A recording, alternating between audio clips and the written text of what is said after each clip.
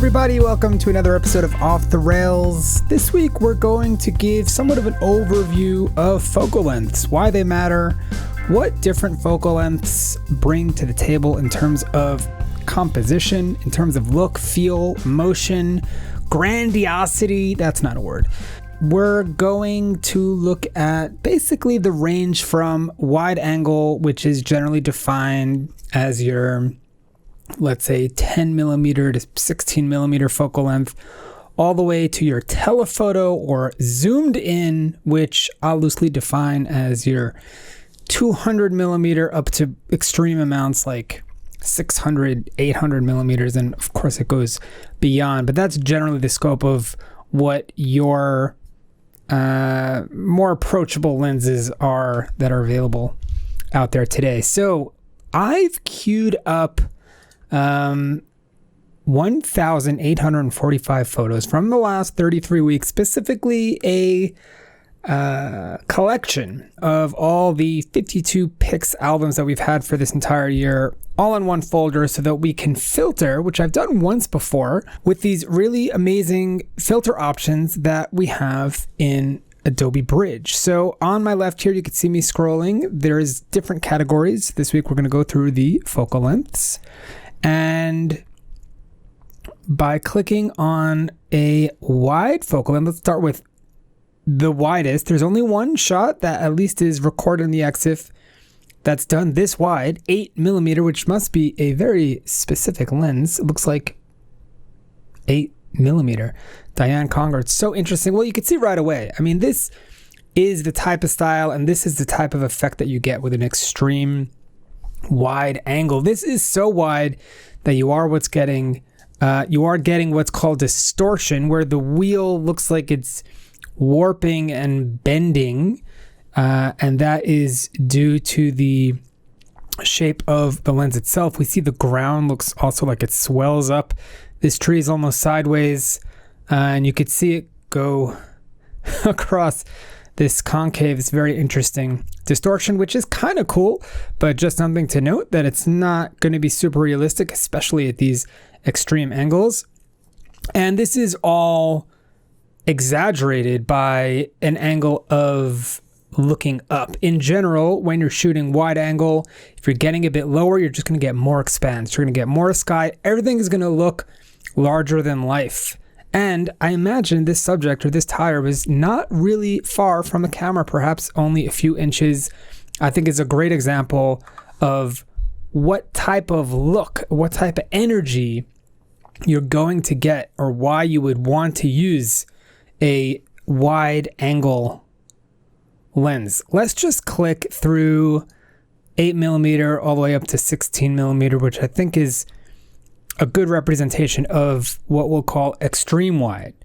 So we can see the type of style that you're going to get from these focal lengths. I think this is a really good example, of course, by the amazing Nat Anfield, especially when shot low, looking up, and because the subject is higher, that's easier to do even if you were just standing.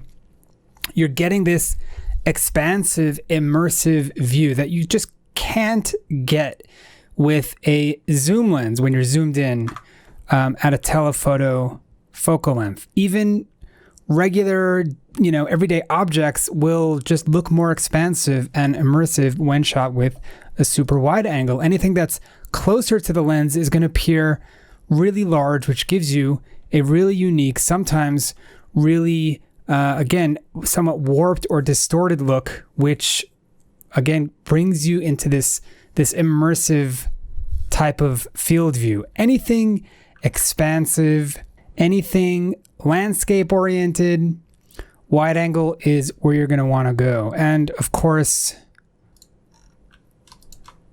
what we just had, night photography, that you definitely, especially when shooting astrophotography, you want to be in that wide angle territory. So let's skip ahead now to the 24 millimeter range. We have 50 examples here.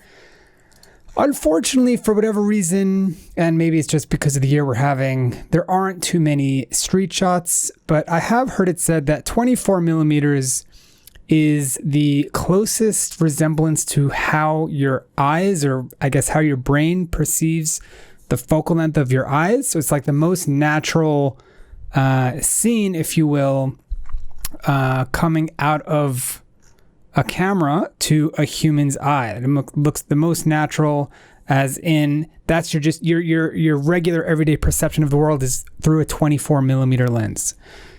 Take that for what it is. I don't know if that's legitimately backed by science, but it is a very interesting focal length in that it is wide but not extreme. So it's really good to get indoor scenes like this, smaller group shots. I think a shot like this is a great example where you're getting a lot, but it's not too crazy. And in general, it's just a good focal length to work with.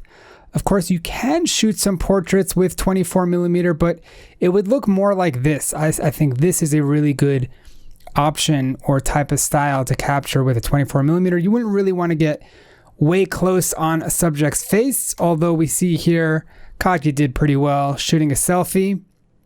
And of course, it is still wide, so it will still give you a bit of that expansive feel when you're shooting at this focal length. Although I would say for something like astrophotography, although these folks clearly did it well, I think you would be better off shooting a little bit wider. So that's your 24, and we'll skip to our favorite, of course, the 50 millimeter, and we can already see the difference in the type of style that you would be using these lenses for. 50 millimeter is generally in your portrait territory, and I think this would be the widest you should go for a portrait. I think it should go 50 and up, meaning 50 is okay, 100 is better, 200 is better, and we'll get to that. We'll get to why in a moment, and even more so for next week. But again, 50 millimeter is good as, like they say, as a walk-around lens for this reason, because you can, if you go far back enough, you can shoot people, you can shoot street photography, you can get whole bodies in the frame. But generally, I think this lens really starts to shine when you're shooting a little bit closer. And let's pair this. We'll scroll up here to our aperture filter, and let's see if we could find some shallow apertures here. So pairing 50 millimeter with a shallow aperture, I think that's your sweet spot. Obviously, great content here where you get a very small sliver depth of field and everything else is blurry. Okay, I filtered out here the range of 85 millimeters to 100 millimeters, which is already getting into your zoom territory, your telephoto range. Houses become windows, and if you are shooting houses, they're much smaller. And for some reason, I found a lot of feet in this collection, which is an indication of what you're seeing through the lens.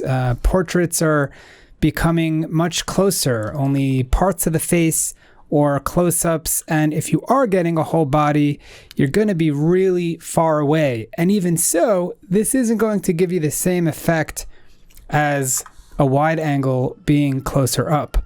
Also, something to note, shooting with a lens that has the ability to focus really close, or otherwise called a macro lens, you will be able to get a lot of bokeh, a really shallow depth of field, regardless of aperture really, but especially in the wider apertures, which is another attribute of a longer lens, and you could definitely use that to your advantage.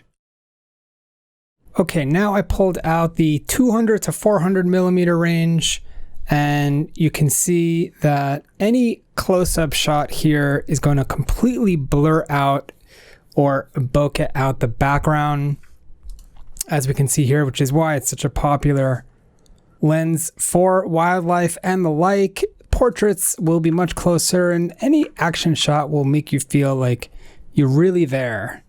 So let's uncheck all of these guys, 200 to 400, and everything in the middle there. And let's go to the extreme ends and see what we have. Somebody shooting, 840.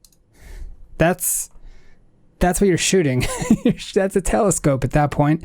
Let's see, 600 to 800 or 600 to 840.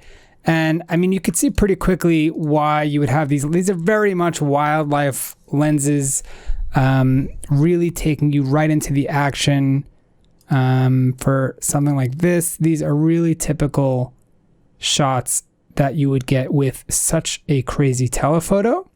So let's take a step back and bring up some of the 16 millimeters, see if we can kind of do a very loose compare and contrast. Let's see, something like this one and this one. You could see very clearly we have a lot of, again, warp and distortion for this and not much over here. We don't really see everything in focus, but on a typical landscape wide angle, you will see a lot more in focus as opposed to a telephoto where in this frame, almost everything is blurred. And I want to point out that it's not just blurred, but it is something called lens compression, where the background is really stretching itself out so that you have just an entirely green blurred background here, as opposed to the wide angle where you're kind of seeing all the detail and everything that's happening in the background. And for that, I'm going to do a deeper dive on next week's episode of Off the Rails, where I just talk about lens compression. So I hope this gives you just a little bit of an overview, a little bit of insight as to what kinds of shots you would want to get with a wide angle and what that looks like, and what kinds of shots you would want to get with a super telephoto and everything in between. To recap, your 16 millimeter range is just going to give you this grand scope. Even when shooting something indoors, kind of allows you to go behind the scenes, if you will, and get a whole scene that you really couldn't capture with a different type of lens. Your mid-range 24, 50, they're great walking, walk around lenses. 50 millimeter, I would say, is the lowest you should go for a portrait. 100 millimeter, I think, is that sweet spot. 200 is even better. Didn't have too many examples here of portraits at 200, but at the 200 and plus range, you want to get in tight, you want to get in on the action. And, I think the more you use these types of lenses, the more you understand the dynamics of really, the pros and cons of the type of image style that you are going to get when using them. All right, I hope that was helpful for some of you. Thanks so much to everybody for the continued support. I'll see you all next week. Happy shooting.